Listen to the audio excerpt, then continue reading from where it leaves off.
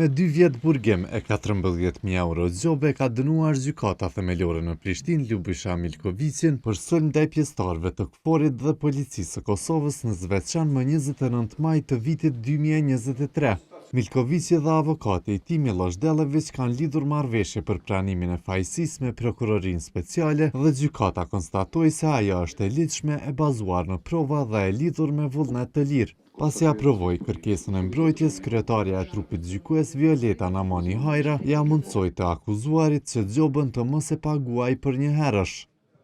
Të pandehurin Ljubisha Milkovic për veprën penale, sulm ndaj personit zyrtar,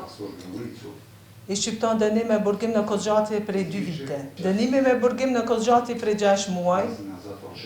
mund të zaventohet me dënim me gjobë në shumë prej 14.000 euro.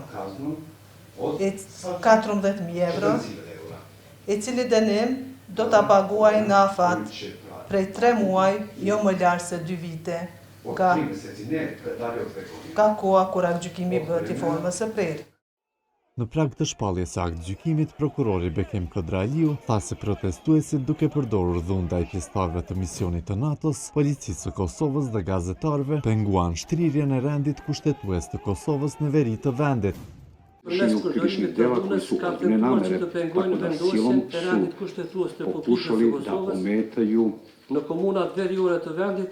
ashtu që edhe përkundër ustavni urdhrave të poredak ushtarëve të Republike misionit Kosova, tako da paqërojtës të su KFOR-it, sprečili për da shpërndarje të bezbednosne qetë mere të na turmës i panderit së bashku me panderit zajedno tjerë, sa drugim që ishin okruženjem filluar të su ushtrojnë dhunë të počeli da pakontrolluar, vrše nasilje me bez mjete të kontrole forta, sa molotov, tvrdim burë dhe mjete predmetima, shpërthyese të molotovima improvisuara, i sa si kamenjima dhe armë također zjarri, i nga të sa cilat seriozisht drugim janë nduar 30 predmetima, pjesëtar të forcave tako paqëruese da të su KFOR-it.